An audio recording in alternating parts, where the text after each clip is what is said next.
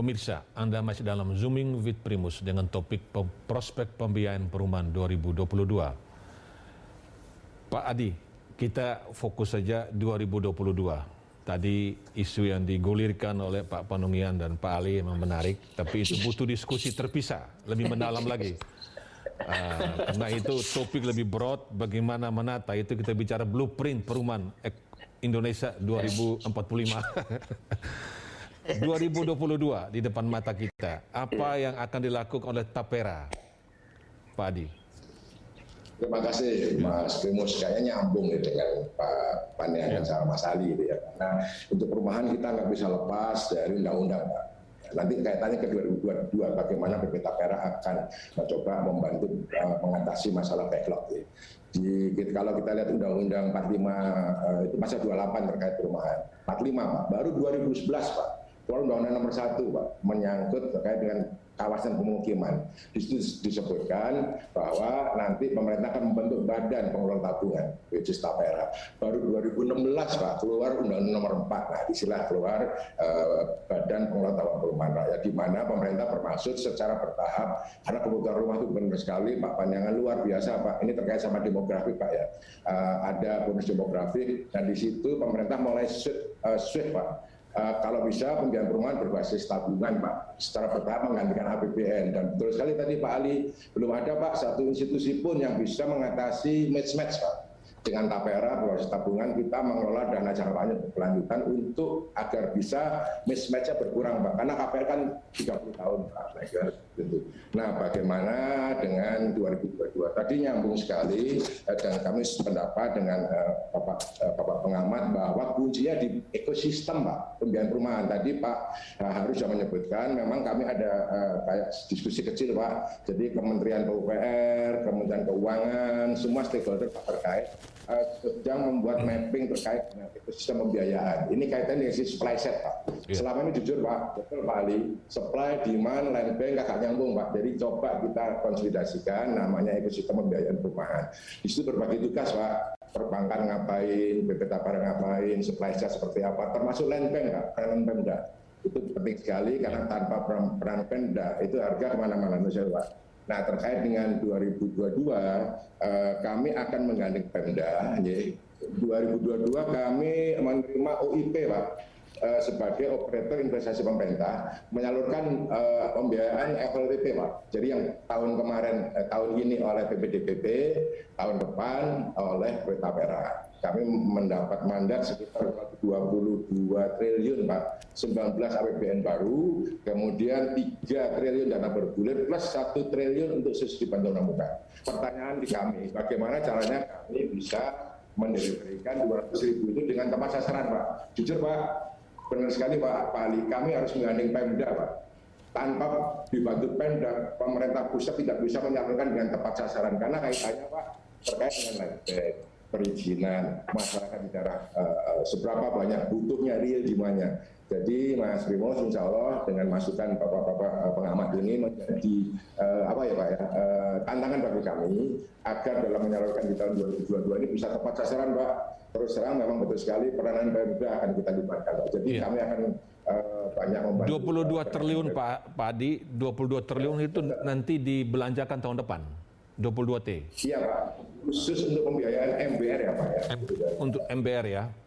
Oke. Betul Pak. Nah, Tapera ini anggotanya kan ASN semuanya ya, plus masyarakat untuk juga. Saat ini betul Mas. Untuk Nanti saat ini Mas. Nanti masyarakat juga. Betul. Oke.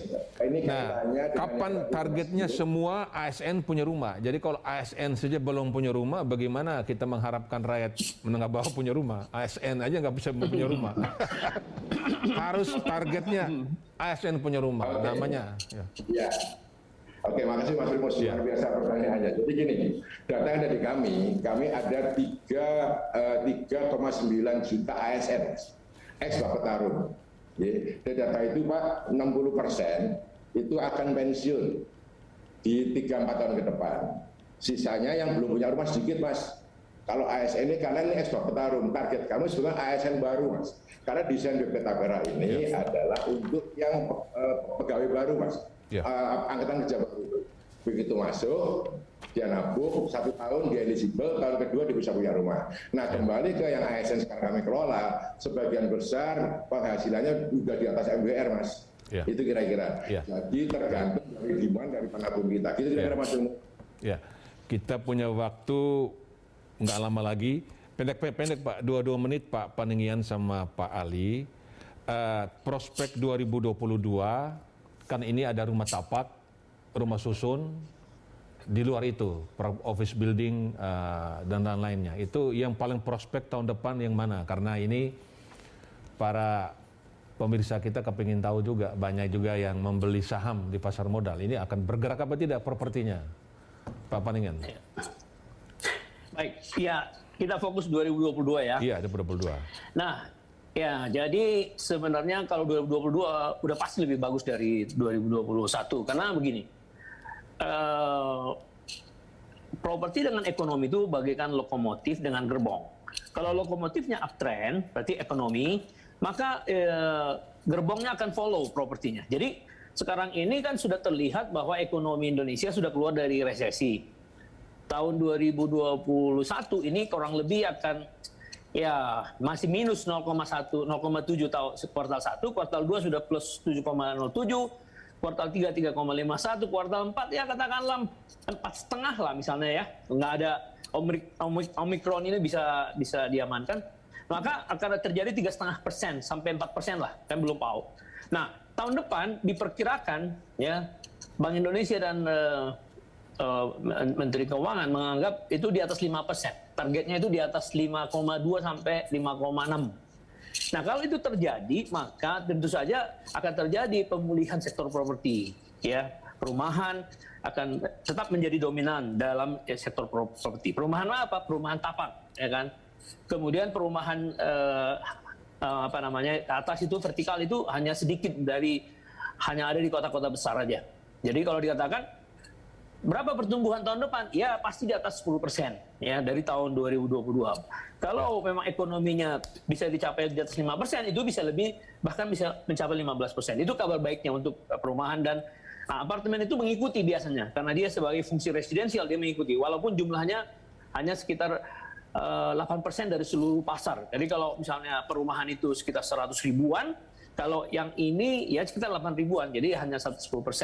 Nah kemudian ruko udah pasti juga akan ikut naik karena ekonomi naik. Kemudian perkantoran walaupun ada banyak gejala di mana masih banyak orang yang kerja di rumah, work from home, tapi secara fundamental tetap ada kebutuhan baru karena pertumbuhan ekonomi selalu memicu create the jobs, jadi penciptaan lapangan kerja. Nah, kemudian mall juga sekarang masih terus dibangun kok ya, terutama di daerah Greater Jakarta itu ya, di Bogor, Sentul, pokoknya di sekitar Jakarta terus dibangun. Jadi nggak ada pengaruh signifikan dari adanya pembelian secara online terhadap mall. Kenapa? Yeah. Karena mall itu masih dianggap sebagai tempat rekreasi sekaligus gitu kan, dari masyarakat Indonesia. Jadi kemudian kawasan industri juga kalau ekonomi tumbuh 5,5% pasti juga, apalagi investor juga akan terus masuk ke Indonesia. Jadi bisa dikatakan prospek properti tahun 2022 itu pasti bagus lah Pak, dibandingkan 2021. Iya. Baik, dibandingkan Pak. Lagi 2020. Iya. Baik Pak Paninggian, silakan Pak Ali. Pendek Pak, 2 menit Pak. Iya. 2 menit ya. Iya. Oke, kalau kita lihat per sektor sebenarnya ini kita juga untuk perumahan menengah bawah itu kan sebenarnya bukan market mechanism ya. Itu sangat tergantung dengan kuota pemerintah ya. Jokowi itu sebenarnya dengan program juta rumah itu harus dilanjutkan mau tidak mau seperti itu ya, karena tanpa itu tuh tempat pembiayaan ada badan perumahan itu harus kita siapkan sama-sama itu Pak Adi ya. Jadi itu sangat kompleks kita pahami, dan ke depan kalau kita lihat sebetulnya gini, saat ini kan yang pasar perumahan itu di landed khususnya itu masih menjadi primadona ya, 50% itu minat orang beli properti, 3 besarnya kemudian kafling, tanah, kemudian apartemen. Nah, memang saat ini apartemen dan sektor lain masih cukup tertekan Pak. Tapi kalau kita lihat sebetulnya ke depan kita bicara realistis, realitanya. Adapun kenaikan GDP growth kita sebenarnya naik, tapi hati-hati. Saat ini kenaikan GDP growth kita masih ditopang oleh pembelanja negara. Gitu. Artinya belanja negara, infrastruktur segala macam, yang itu sektornya belum berjalan sepenuhnya. Kita harapkan sebetulnya ada akselerasi itu akan terjadi peningkatan daya beli itu di 2022 setelah terpuruk kan. Jadi daya belinya sebenarnya gini, properti nggak kehilangan daya beli. Tapi kalau semakin lama, yang segmen menengah bawah itu semakin tertekan. Yang punya uang tetap golongan menengah atas. Tapi ketika itu pada saatnya golongan menengah atas udah overheating, dia akan bilang segmen ke menengah. Nah di menengah itu harus siap sektorialnya. GDP growth-nya harus jalan gitu ya. Nah kalau kita lihat sebetulnya secara tren naik, tapi kita harus waspadai ada beberapa isu terkait perpajakan. Ya ada PPN naik, yang tadinya ada insentif PPN dihapuskan, dikurangi, kita nggak tahu, mudah-mudahan diperpanjang sampai tahun depan. Tapi ada juga nanti kenaikan PPN sampai 11%. Dan isunya juga di semester 2 ada kenaikan suku bunga, ya. Belum lagi ada kenaikan PBB, ya. PBB P2 itu dari 0,3 jadi 0,5%. Itu membuat hal-hal yang menurut kami harus kita cermati, diwaspadai oleh para pengembang dan pelaku bisnis gitu. Jadi pengembang pun jangan lengah. Artinya yang sekarang ini menengah atas itu kita lihat kan begini, porsi menengah atas yang terjual di event itu ketika pandemi itu luar biasa. Tapi jangan sampai pengembang lengah, itu supply-nya terlalu banyak juga, dan itu menjadi oversupply di kalau menengah atas. Tapi ketika menengah atas di shifting ke menengah, artinya si daya beli menengah itu harus siap. Nah ini kita sama-sama waspadai juga, meskipun tadi Pak Pandangan bilang prospeknya potensi tetap ada. Iya. Ya karena vaksin itu kan sebagai game changer juga sebetulnya. Dan itu sudah terbukti. Iya, baik Pak Ali. Pemirsa, kita sudah mendengar pemaparan dari 4 narasumber kita. Nada dasarnya adalah 2022 ekonomi kita membaik dan properti kita pulih. Dan yang paling primadona tahun depan ada rumah tapak. Tapi rumah vertikal juga ada permintaan, office building juga ada permintaan, mall juga ada permintaan. Tapi perhatian terhadap masyarakat menengah bawah harus menjadi yang utama. Dan itu tetap harapan pada pemerintah. Karena masyarakat menengah bawah membutuhkan subsidi, kita harap dana subsidi tetap diberikan kepada masyarakat menengah bawah. Terima kasih kepada Pak Adi, Pak Panangian, dan Pak Ali. Pemirsa, demikianlah akhir perbincangan kita di Zooming with Primus yang membahas prospek pembiayaan perumahan 2022. Terima kasih dan sampai jumpa di edisi Zooming with Primus berikutnya.